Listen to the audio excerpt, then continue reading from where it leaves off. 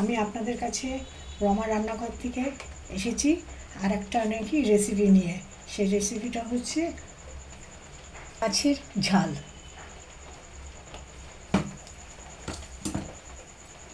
তেল দিচ্ছি,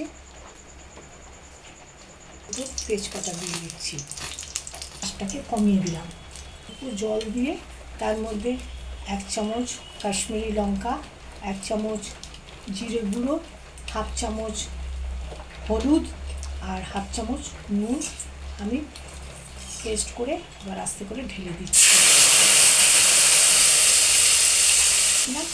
সেই টমেটোটাকে এর মধ্যে ঢেলে দিলাম।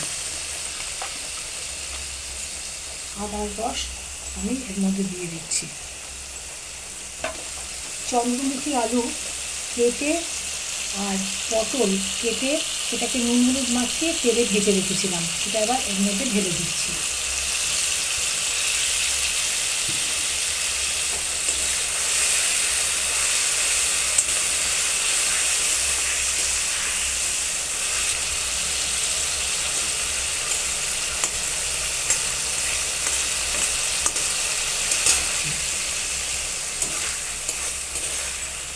পরিমাণ মতন জল দিয়ে দিচ্ছি। মশলা কষানো হয়ে গেছে। তার মধ্যে আমি এই রূপচাঁদ মাছ আমি আগের থেকে ভেজে রেখেছিলাম নুন হলুদ মাখিয়ে, এবার এর মধ্যে ছেড়ে দিচ্ছি।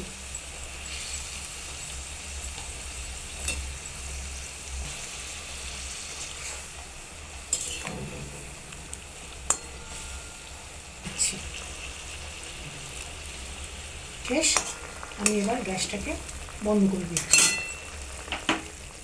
দিচ্ছি।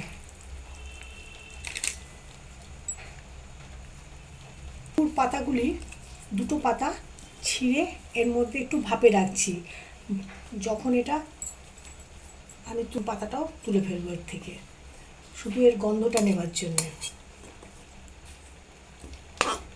আমাদের সামনে এই রান্নাটা আমি একটা পাত্রের মধ্যে ঢেলে নিচ্ছি।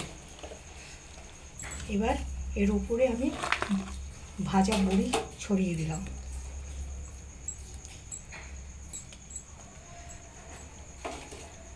আমার রান্না শেষ। আপনারা খেয়ে দেখবেন কীরকম লাগছে।